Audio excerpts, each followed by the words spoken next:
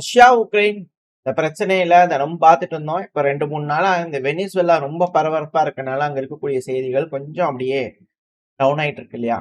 ஆனா அங்க எந்த ஒரு குறையும் இல்லாம தினந்தோறும் விஷயங்கள் நடந்துட்டு தான் இருக்கு. இப்போ உக்ரைனோட கேபிட்டலான கீவ்ல ஒரு மிக முக்கியமான ஒரு நபர் படுகொலை ஆயிட்டார் அப்படிங்கிற செய்திகள் வந்துகிட்டு இருக்கு.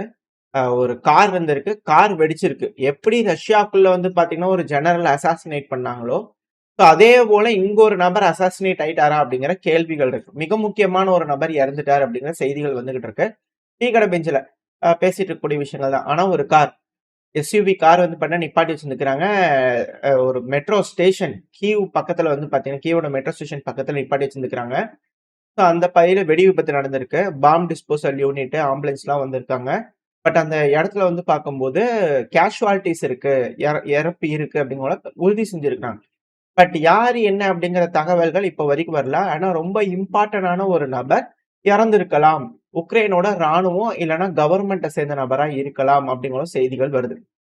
ஹை ரேங்கிங் உக்ரைனோட டிஃபென்ஸ் மினிஸ்ட்ரி மினிஸ்ட்ரல் ஆபீசர் யாரோ ஒருத்தங்க வந்து பணம் இறந்திருக்கலாம். மினிஸ்ட்ரியில இருந்து இல்லன்னா அ அரசாங்கத்துல இருந்து இறந்திருக்கலாம் அப்படிங்கிறத சொல்றாங்க.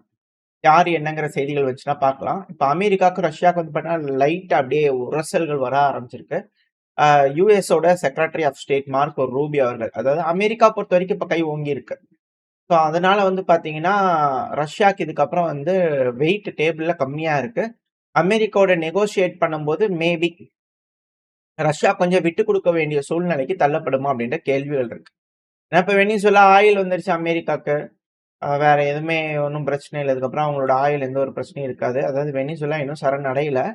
லிட்டரலா இதுக்கப்புறம் போருக்கான ரெடி அங்க நடந்துகிட்டு இருக்கு. பாப்போம் என்ன நடக்க போகுதுன்னு. அதோட செய்திகள் வந்துட்டு இருக்கு லைனா. இப்போ ரூபியா அவர்களோட செய்திகள் வச்சு பார்க்கும்போது, ரஷ்யாவையும் வந்து பார்த்தீங்கன்னா, கொஞ்சம் ஒரு ஸ்டெப் கீழ தான்ப்பா நீ போ அப்படிங்கிறது போல பேச ஆரம்பிக்கிறாங்களா அப்படின்ற கேள்விகள் வருது. ஏன்னா, லேவ்ரா அவர்கள் வந்து பார்த்தீங்கன்னா சொல்லியிருந்தாரு. இது வந்து தப்பு. ரிலீஸ் பண்ணணும் மதுரோ அவர்கள. அவங்களோட வைஃபையும் வந்து பெலருஸு, சைனா, ரஷ்யா எல்லாம் கண்டெம் பண்ணிட்டுருக்காங்க. அவங்களலாம் மதிக்கவே இல்ல அமெரிக்கா.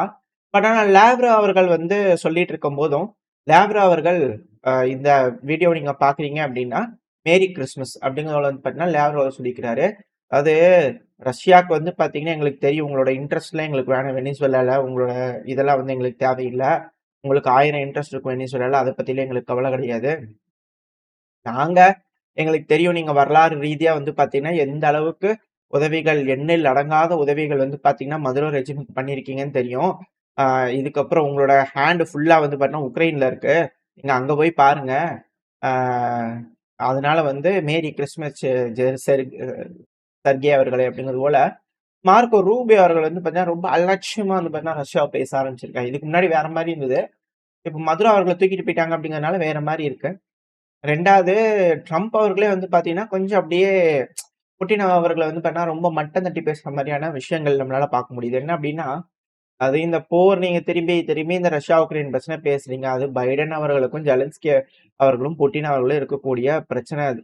அந்த டைம்ல ஸ்டார்ட் ஆன பிரச்சனை. நான் எங்க சிச்சுவேஷன்ல என்டர் ஆகும்போது இது ஒரு மெஸ்ஸா இருக்கு. சரிங்களா? அது மட்டும் இல்லாம, நான் சாட்டிஸ்ஃபைடே இல்லீங்க ப்ராசஸ்ல.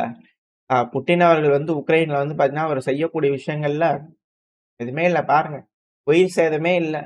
டக்குனு போனோமா, முடிச்சோமா, வந்தோமான்னு இருக்கணும். புட்டின் அவர்கள்லாம் வந்து ஐ அம் டிஸ்சாட்டிஸ்ஃபைடுங்க அவரோட ஒர்க்ல அப்படிங்கிறது போல, ட்ரம்ப் அவர்கள் வந்து பார்த்தீங்கன்னா, அப்படியே ரஷ்யாவோட ராணுவத்த எல்லாத்தையும் வந்து பார்த்தீங்கன்னா, அப்படியே ஒரே டைம்ல அப்படியே பட்டுன்னு அடிச்ச மாரி அடிச்சுக்கிறாரு. ஸோ இதுக்கான ரெஸ்பான்ஸ் ரஷ்ய தரப்புல இருந்து எப்படி வரப்போகுது அப்படிங்கிறது தான் தெரியல. இது மாரி தான் பைடன் அவர்கள் பேசிட்டு இருந்தாரு. சன் ஆஃப் டேஷ் அப்படின்ட்டு. இப்ப அவருக்கு மூளை குழம்பி போயி, கையெழுத்தே போட முடியல. ஆட்டோ பென் வச்சு கையெழுத்து போட்டாங்க அப்படிங்கிறது போலலாம் செய்திகள் வராச்சு. இப்ப திரும்ப ட்ரம்ப் அவர்கள் அதே பாணியில வந்து பண்ண வர ஆரம்பிச்சிருக்கா. Because he is Trump, king Trump அவர்கள் அல்லவா! தேவதூதர் அல்லவா! ஸோ அதனால வந்து பார்த்தீங்கன்னா, தேவர்கள் முழு ஆசி பெற்றதனால் உலகத்தில என்ன வேணா செய்யலாம். தப்பே கிடையாது அப்படிங்கிறது போல அவரு காட்டலாமால அதனால இறங்கி செஞ்சிருக்கிறாரு. வெயிட் பண்ணி பார்ப்போம் என்ன நடக்க போகுது. இதுக்கு ரெஸ்பான்ஸ் இன்னும் ரஷ்ய தரப்புல இருந்து வரமாட்டேங்குதே அப்படிங்கிறது தான் இதுல இருக்கக்கூடிய விஷயம். அதுக்கான காரணங்கள் இருக்கு. அந்த சைடு அவரு பேசிக்கிறாரு, எல்லாம் மட்டம் தட்டி பேசிக்கிறாரு. அதாவது பைடன் அவர்கள், ஜெலன்ஸ்கி அவர்கள், புட்டின் அவர்கள் இந்த சண்டை பிடிக்கும்போது, நம்ம என்ன செய்ய முடியும்? நான் இப்ப திடீர்னு வந்திருக்கேன். நான் முன்னாடி இருந்தேன்னா இது போல நடப்பிட்டு இருக்க மாட்டேன்ல. அப்படியும் கூட அவர் திருப்பி திருப்பி சொல்லிட்டு இருக்காரு இல்லையா? இப்ப இந்த வெனிசுவேலால அவர் செய்யக்கூடிய வேலைகள் பார்க்கும்போது, இந்த இடத்துல அவரு அப்ளை பண்ணியிருப்பார் தான் போலயே அப்படிங்கிறது போல செய்திகள் வருது. திரும்பவும் அவர் வந்து அவரோட அரசியல் லாபத்துக்காகவும் வந்து பார்த்தீங்கன்னா, பைடன் அவர்கள் இந்த டைம்ல இருக்கக்கூடிய அந்த டெமோக்ராட்ஸ் வந்து பண்ணா கழுவி கழுவி ஊத்திக்கிறாரு. ஸ்டூபிட் பிரசிடென்ட்ஸ் எல்லாம் இருக்கிறாங்க இல்லையா? ஸோ அதனால தான் நம்ம நாடு இப்படி இருந்திருக்கு. அது மட்டும் இல்லாம ஆப்பரேஷன் வெனிசுலால ரொம்ப சக்சஸ் ஆயிருக்கு. மதுரா அவர்கள், புட்டின் அவர்கள் கிட்டலாம் நான் வந்து புட்டின் அவர்கள்கிட்ட மதுரா அவர பத்திலாம் நான் பேசவே கிடையாது. நாங்க நார்மலா உக்ரைன் பிரச்சனை மட்டும் தான் பேசணும் அப்படிங்கிற பல விஷயங்கள் இந்த மீடியாக்கள் சந்திப்பு ஓப்பன் பண்ணா ட்ரம்ப் அவர்கள் பேசிட்டு இருந்தாரு. இதுல என்ன ஒரு ஹைலைட்டான ஒரு விஷயம்னா, மதுரோ அவர்கள் வந்து செர்கி ஷோய்கு அவர்கள் இருக்கார் இல்லையா? அவருக்கு எங்க நாட்டோட பாதுகாப்பு உறுதி செய்ய வேண்டியது உங்களோட கடமை அப்படிங்கிறது போல அவார்டு, ரிவார்ட் எல்லாம் குடுத்திருந்தாரு. இப்போ எப்படி என்ன ஆச்சுங்க அப்படிங்கிறது போல ரஷ்ய தரப்பே வந்து பார்த்தீங்கன்னா, காமெடி அப்படிங்கிறது போல அவங்களே ஓட்டிர்றாங்க. அவங்களோட அவங்க அவங்க ஆளுங்கள அவங்களே ஓட்டிட்டு இருக்காங்க. இது ரஷ்யன்ல தான் இருக்கு. நான் டிரான்ஸ்லேட்டே பண்ணல. அப்படியே எடுத்திருக்கேன். அது ஒரு பியர் வந்து பார்த்தீங்கன்னா, ஓடி வந்துட்டு இருக்கு. கழுகு வந்து அப்படியே மதுரை அவர்கள தூக்கிட்டு போயிட்டு இருக்கு. இது போல வந்து பார்த்தீங்கன்னா, கொஞ்சம் மாரலி வந்து பார்த்தீங்கன்னா, கொஞ்சம் அவங்க அஃபெக்ட் ஆகியிருக்காங்க அப்படிங்கிற மாற்று கருத்து ரஷ்ய தரப்ப பொறுத்தவரைக்கும்.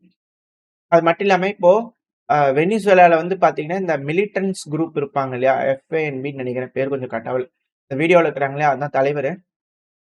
மக்களே யுனைட் ஆகுங்க. நம்ம தலைவர தூக்கிட்டு போயிட்டாங்க. ரஷ்யாவோட அக்ரஷன் தப்பு. நம்ம யுனைட் ஆக வேண்டிய கட்டாயத்துல இருக்கோம். நம்ம ஒன்றிணைய வேணும். அரசாங்கம் என்ன முடிவு எடுத்தாலும் நம்ம செய்யணும் அப்படிங்கிறது போல, மிலிட்டன்ட்ஸ் குரூப்ல இருந்து எல்லாமே வந்து பார்த்தீங்கன்னா, இப்போ ஒருங்கிணைய ஆரம்பிச்சிருக்காங்க. பேரா மிலிட்டரி குரூப், மதுரோ அவர்களோட ராணுவம், ஆ மதுரோ அவர்களோட அரசாங்கம், வைஸ் பிரசிடென்ட் இப்ப பிரசிடென்ட்டா ஆனாலும், நாங்க அதிபர், நாங்க முடிவுகள் எடுக்க போறோம் அப்படிங்கிறது போல இல்லாம, மதுரோ அவர்கள் தான் எங்களோட அதிபர். அவர மீட்டெடுக்கிறதுக்கான வேலைகள் இறங்குவோம் அப்படின்னு கூட சொல்லிக்கிறாங்க. ஸோ இதனால வந்து பார்த்தீங்கன்னா, நாடே ஒருங்கிணையுது அப்படிங்கிற போல செய்திகள் வருது. மதுரோ அவர்களுக்கு ஆதரவா வந்து பார்த்தீங்கன்னா, வெனிசுவேலா கிட்ட இப்போ புரொட்டஸ்ட் ஆதரவு மார்ச் ராலி வந்து பார்த்தீங்கன்னா, போக ஆரம்பிச்சிருக்கு. உயிரிழப்புகள் 50க்கும் மேல ஏற்பட்டிருக்கலாம் அப்படிங்கிற செய்திகள் வருது. ஏன்னா இமேஜஸ்லாம் வந்துகிட்டு இருக்கு. நம்ம அடுத்தடுத்த பேஜ்ல அத கிளியரா பார்க்க ஆரம்பிக்கலாம். ஸோ இந்த இடத்துல வந்து பார்த்தீங்கன்னா, சண்டைகள் அப்படிங்கிறது வந்து பார்த்தீங்கன்னா, உறுதியாயிருக்கு. ட்ரம்ப் அவர்கள் 3ஆம் உலகப் போர் இந்த குளோபல் கான்ஃப்ளிக்ட்ட வந்து பார்த்தீங்கன்னா, தொடங்கி வச்சிருக்காரு அப்படிங்கிறது போல பல அனலிஸ்ட்களோட கருத்துக்கள். இது முடியல வெனிசுவேலால. It is a starting. It's beginning அப்படிங்கிறது போல சொல்லிட்டு இருக்காங்க. பல அனலிஸ்ட் தரப்பு வந்து இது அது போல இல்லன்னா பரவால்ல. ஏன்னா பிகினிங்கா அப்படிங்கிற போல கேள்விகள் வருது. ஏன்னா கியூபாவோட அதிபர் மிக்கேல் டியாஸ் அவர்கள் என்ன சொல்லிக்கிறார் அப்படின்னா, அதாவது ஒரு டார்க்கஸ்ட் ஆப்ஜெக்ட் இம்பீரியலிசம் இருக்கு இல்லையா? அது எப்படி வெனிசுவேலால வந்து பார்த்தீங்கன்னா, ஆயிலுக்காகவும், நலத்துக்காகவும் அலையுது அப்படிங்கிறத நம்மளால பார்க்க முடியும். கடுமையான சொற்கள கொண்டு அமெரிக்கா வந்து கிரிட்டிசைஸ் பண்ணிக்கிறாரு கியூபாவோட அதிபர். அதாவது இது ஒரு ஜென்டில்மேன் செய்யக்கூடிய வேலையே அல்ல. இம்பீரியலிசம் அப்படிங்கிறது தான் ஆட்சி முறை. ராஜா ஆட்சி இருக்கு இல்லையா? ஸோ அது போல தான் வந்து பண்ண ட்ரை பண்ணேன். ஏன்னா கிங் ட்ரம்ப்னு அவரே சொல்ட்டாருங்க. அவர் சொல்றது தானேங்க செய்றாரு. உங்களுக்கு அமைதி வேணும்னா, நீங்க ஸ்ட்ரென்த்தா இருந்துக்கோங்க அப்படிங்கிறதையும் அவர் சொல்ட்டாரு. ஸ்ட்ரென்த்தா இல்லைன்னா அமைதியே இல்ல. அவ்வளோதான். ஸ்ட்ரென்த் பண்ணிக்க வேண்டியது நம்மளோட பொறுப்பு. இல்லைன்னா அமைதி இல்ல. அவங்க சொல்ற மாரி கேட்டு நடந்துக்க வேண்டியது தான். என்ன வேணாலும் வச்சுக்க வேண்டியது தான். இல்லைன்னா ஒண்ணும் இல்ல. ஆனா கியூபா அவர்கள் திருப்பி அதிபர் வந்து பண்ணா, அவரும் பயங்கரமா வெகுண்டு எழுந்து பேசிக்கிறாரு. ரொம்ப பயங்கரமா பேசிக்கிறாரு. அதாவது இது வந்து உங்களோட பேக் யார்டு கிடையாது. இது டிஸ்பியூட்டட் டெரிட்டரி கிடையாது. வெனிசுலாங்கிறது எங்கேயோ இருக்குது. அவங்க என்ன உங்க நாட்டுல வந்து தீவிரவாத தாக்குதல் பண்ணாங்களா? இல்ல ஏதாவது பண்ணாங்களா? ஒண்ணுமே இல்ல. நீங்க பாட்டுக்கு வந்து பார்த்தீங்கன்னா, மோர்னே டாக்ட்ரின வந்து பயன்படுத்தி ரெகக்னைஸ் பண்ணி அந்த பகுதிகள பிடிக்கிறதுங்கிறதெல்லாம் ராஜா காலத்துக்கு எம்பரர் காலத்து விஷயங்கள நீங்க செய்றீங்க. ரொம்ப ரொம்ப தப்பு. கியூபாவான நாங்க ரெடியா இருக்கோம். எங்களோட ரத்தத்த சிந்தவும் நாங்க ரெடியா இருக்கோம். இதுதான் சான்ஸு. அதிகமான விலை குடுக்கறதுக்கும் நாங்க தயாரா இருக்கோம். இது நாங்க இந்த தடவ வந்து பார்த்தீங்கன்னா, விடுறதா இல்ல அப்படிங்கிறது போல வந்து பார்த்தீங்கன்னா, அவர் டக்குன்னு பேசிக்கிறாரு. இது எப்படி துருக்கியோட அதிபரான எர்டோகன் ஒரு மாரி மைக் இருக்கும்போது நல்லா பேசிட்டு, அப்புறம் போய் உட்காந்துக்குவாங்களா? இல்ல எப்படி அப்படிங்கிறது தெரியல. ஸோ கியூபாவோட அதிபர் வந்து பண்ணா டவுன் வித் இம்பீரியலிசம் அப்படிங்கிற கதறிட்டு போயிருக்கிறாரு கியூபா தரப்புல. ரூபியா அவர்கள் தரப்புலருந்து அங்கே ஒரு மெட்டல் வந்திருக்கு. "தம்பி அடுத்தது நீதான்ப்பா. கொஞ்சம் பார்த்து பத்திரமா இருந்துக்க. வண்டி நான் அங்கேருந்து நிப்பாட்டிக்கிறேன் தெரியுமா? வெனிசுலா கூட போறதுக்கு கொஞ்சம் நேரமாகும். ம்.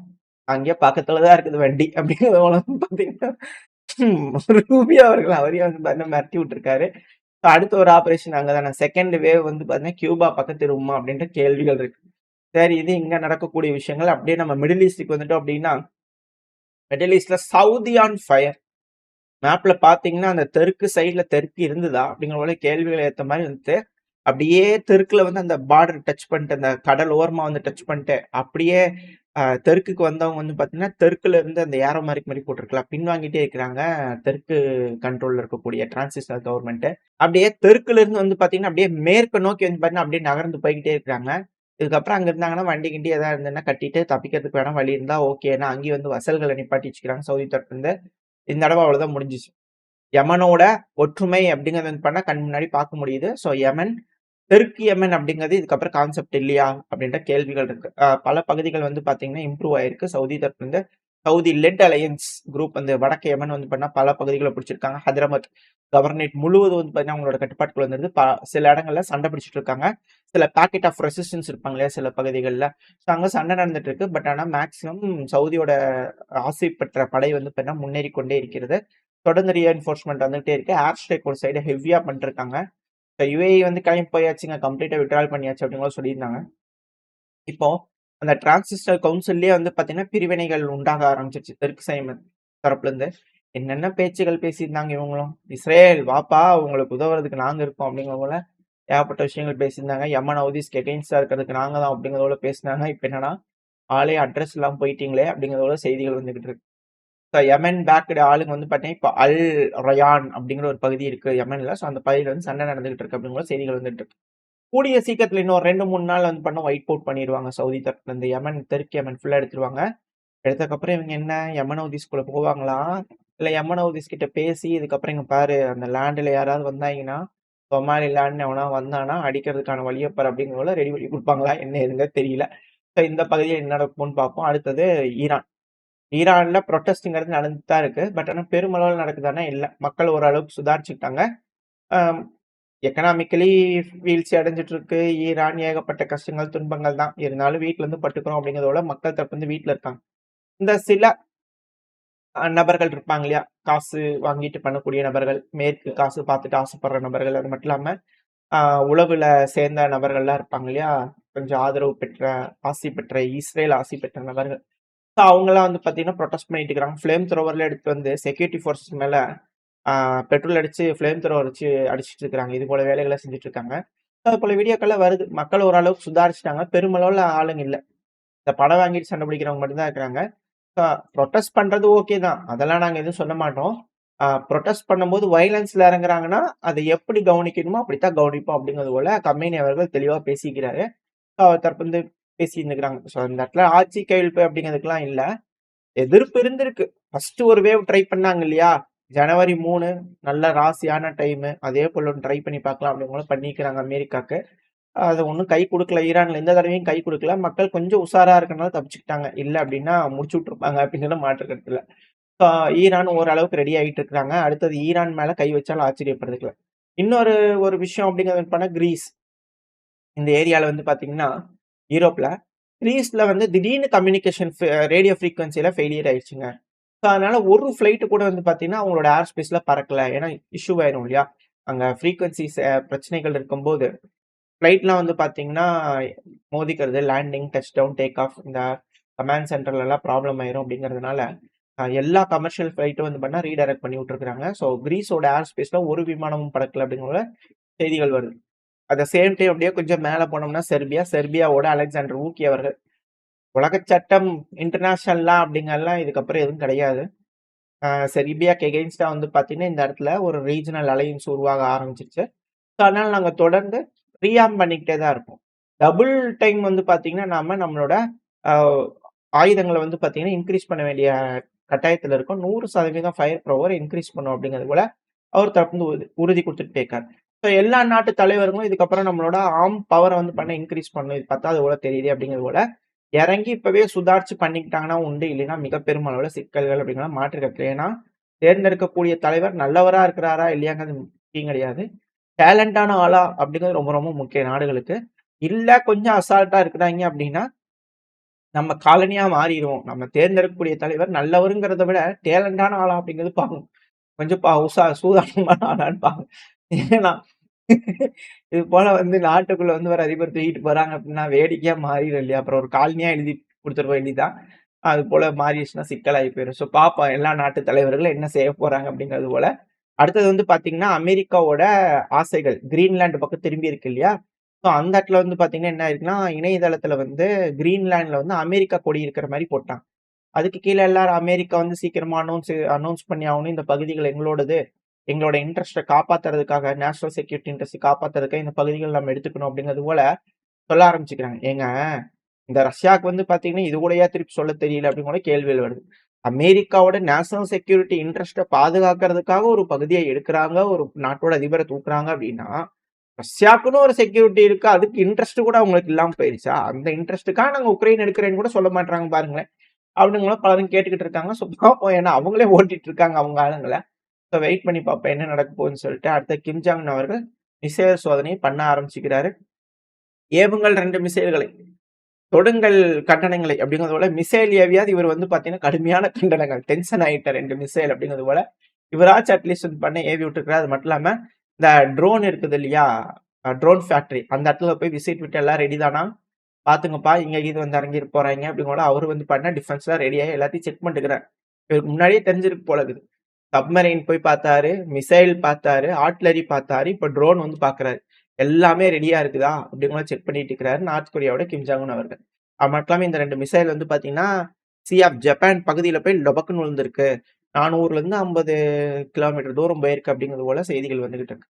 ஓரளவுக்கான தகவல்கள் இந்த பதிவுல பார்த்திருப்போம். இந்த பதிவு பத்தி நீங்க என்ன நினைக்கிறீங்க? உங்களுக்கு பிடிச்சிருக்கா? பிடிச்சுனா லைக் பண்ணிட்டு உங்க ஃப்ரெண்ட்ஸ் நம்மள ஷேர் பண்ணிக்கோங்க. அது கூடவே மறக்காம நம்ம சேனல சப்ஸ்கிரைப் பண்ணலாம். மறக்காம சப்ஸ்கிரைப் பண்ணிக்கோங்க. அப்பதான் யூடியூப் மதிச்சு 4 பேத்துக்கு இந்த வீடியோ ப்ரோமோட் பண்ணும். உங்களோட அன்பு ஆதரவு எனக்கு எப்ப இருக்கும்னு நம்பிக்கையில இந்த பதிவ நான் முடிச்சுக்கலாம். இந்த பதிவு நல்லா இருக்கும்னு நம்பிக்கையில அடுத்த பதிவு உங்கள சந்திக்கிறேன். Very stay safe. Bye bye.